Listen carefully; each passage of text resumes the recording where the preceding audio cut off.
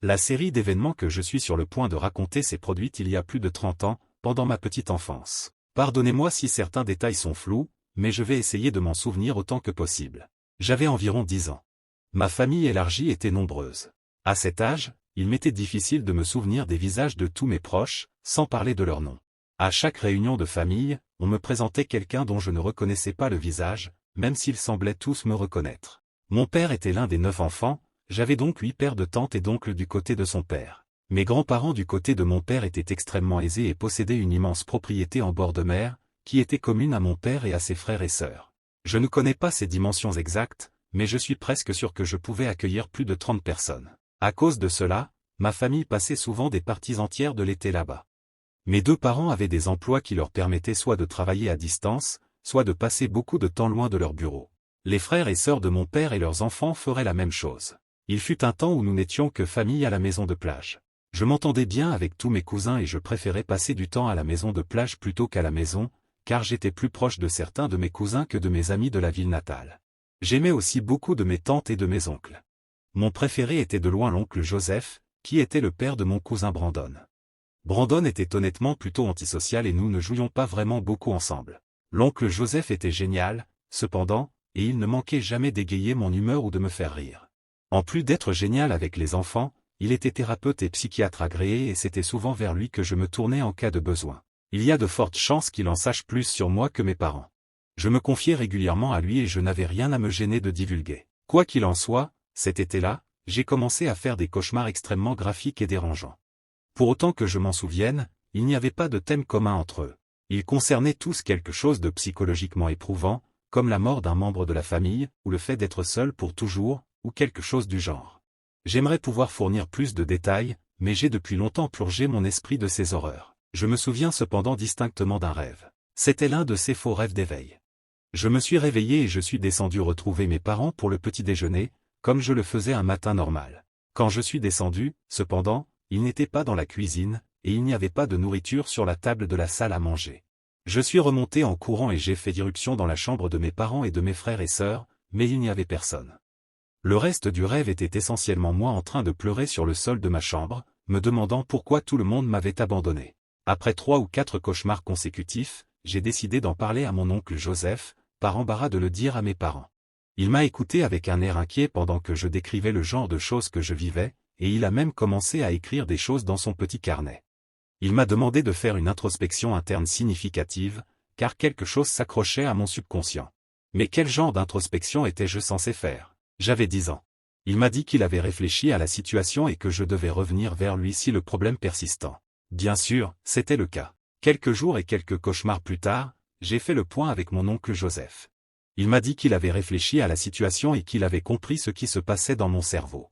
Il a dit que même si je ne le pensais pas, j'étais profondément frustré par mes parents et que je nourrissais un ressentiment non résolu à leur égard. J'étais plus confuse que jamais. Je n'étais rien d'autre qu'une enfant sage, polie et reconnaissante.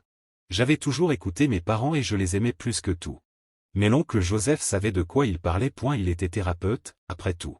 J'ai supposé qu'il avait déjà eu affaire à des situations similaires dans le passé et je me suis considérée chanceuse qu'il m'aide. Je lui ai demandé comment je devais procéder avec tout cela et je lui ai dit que cette nouvelle connaissance m'effrayait un peu. Il m'a dit qu'il était parfaitement normal que j'aie peur et que la plupart de ses patients adultes réagissent de la même manière. Il m'a ensuite dit qu'il était également normal que je ne sois pas d'accord avec ce qu'il disait puisque rêver implique un sentiment subconscient que le cerveau refuse d'accepter. Cela avait en quelque sorte du sens pour moi. Il m'a dit que dans les prochains jours, je devrais être un peu plus désobéissante envers mes parents. Il m'a dit d'essayer de dire non plus souvent et de me disputer avec eux lorsque je n'obtenais pas ce que je voulais. C'est donc ce que j'ai fait. Pendant 3 jours après lui avoir parlé, je me suis comporté de manière si inhabituelle que mes parents se sont inquiétés. Ils m'ont dit qu'ils n'aimaient pas mon comportement récent et que je ferais mieux d'arrêter. Ça me tuait de leur faire ça, mais je ne supportais pas de faire des cauchemars littéralement toutes les nuits. Quand j'avais 10 ans, j'aurais fait n'importe quoi pour mettre un terme à ces terreurs nocturnes. Mais elles ne se sont pas arrêtées. En fait, elles ont même empiré. Plus explicites, plus dérangeantes et plus vives. C'était trop. Je me suis confié à l'oncle Joseph à nouveau, et il m'a dit qu'il y avait une autre chose que nous pouvions essayer. Je l'ai supplié de me dire ce que c'était, mais il semblait hésitant. Après quelques minutes de supplication, il m'a révélé ce que c'était. Il a dit que mon cerveau était trop mature pour mon jeune corps et que je devais le libérer. Évidemment, Je n'avais aucune idée de ce qu'il voulait dire par là. Il m'a dit que si je faisais un autre cauchemar, il me dirait ce que je devais faire. Je me suis endormi terrifié cette nuit-là. Je ne voulais pas libérer mon corps, même si je ne savais pas de quoi il parlait.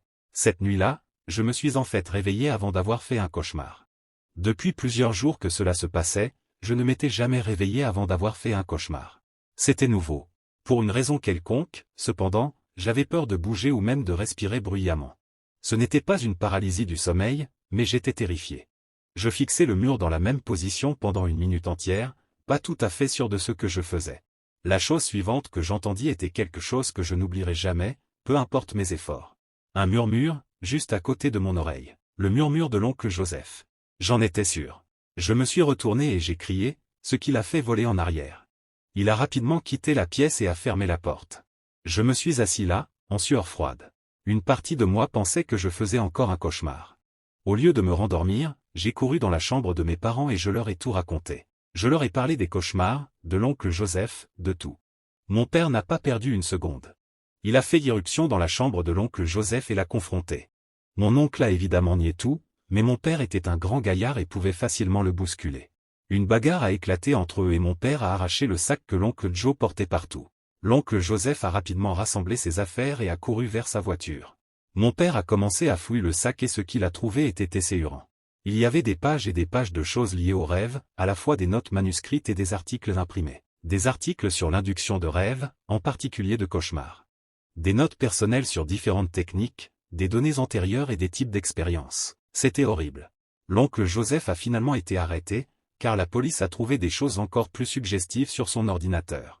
Je ne vais pas rentrer dans les détails, mais je suis sûr que vous pourriez reconstituer ce qu'ils ont trouvé en vous basant sur le fait que l'oncle Joseph voulait libérer mon corps. Je ne l'ai jamais revu.